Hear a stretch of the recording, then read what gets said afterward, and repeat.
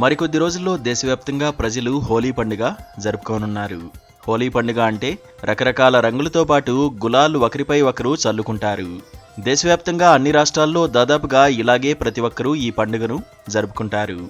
అయితే హోలీ పండుగ రోజు శ్మశానంలో చితిపై కాలిన భౌతిక కాయం తాలూకా బూడిదతో ఈ పండుగ జరుపుకుంటారని తెలుసా? విశ్వేశ్వరుడు కొలువు తీరిన వారణాసి క్షేత్రంలో బూడిదతో హోలీ వేడుకలు జరుపుకుంటారు. ఈ హోలీని మసాన్ కి హోలీ, మసాన్ హోలీ అని పిలుస్తారు. వారణాసిలోని హరిశ్చంద్ర ఘాట్లో మహాశ్మశాన్ హారతి అనంతరం మసాన్ కి హోలీ ప్రారంభమవుతుంది. ఈ హోలీ వేళ సాధువులు, శివభక్తులు పరమశివుడిని పూజించిన అనంతరం చితికాలిన అనంతరం వచ్చిన బూడిదతో హోలీ నిర్వహిస్తారు. ఈ సమయంలో మణికర్ణికా ఘాట్ హరిహర్ మహాదేవ్ అనే నామస్మరణతో మార్మోగుతుంది.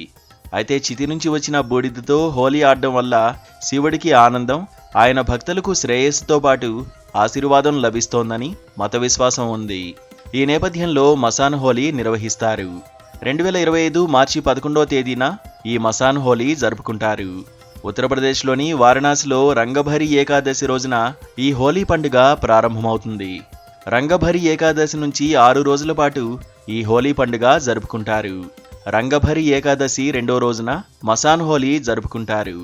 మసాన్ హోలీ రోజు కాశీలోని హరిశ్చంద్ర, మణికర్ణిక ఘాటుల్లో శివుడు తన అనుచరులతో వింత హోలీ ఆడతారనే ఓ మతపరమైన నమ్మకం ఉంది. వారణాసి ప్రజలకు ఈ మసాన్ హోలీ అత్యంత ముఖ్యమైంది. ఎందుకంటే ఇది వారి సాంస్కృతిక గుర్తింపుతో పాటు ఆధ్యాత్మిక స్వభావాన్ని చూపిస్తుంది.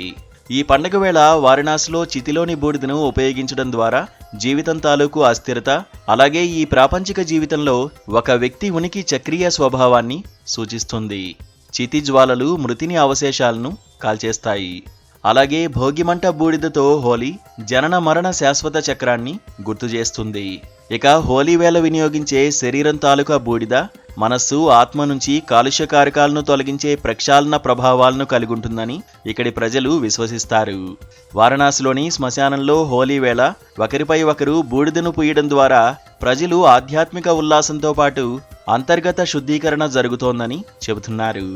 అదేవిధంగా మసాన్ హోలీ వేడుకల్లో విభిన్న మతాల వారు పాల్గొంటారు. దీంతో స్థానిక ప్రజల్లో మత సామరస్యం, ఐక్యతను పెంపొందిస్తోంది.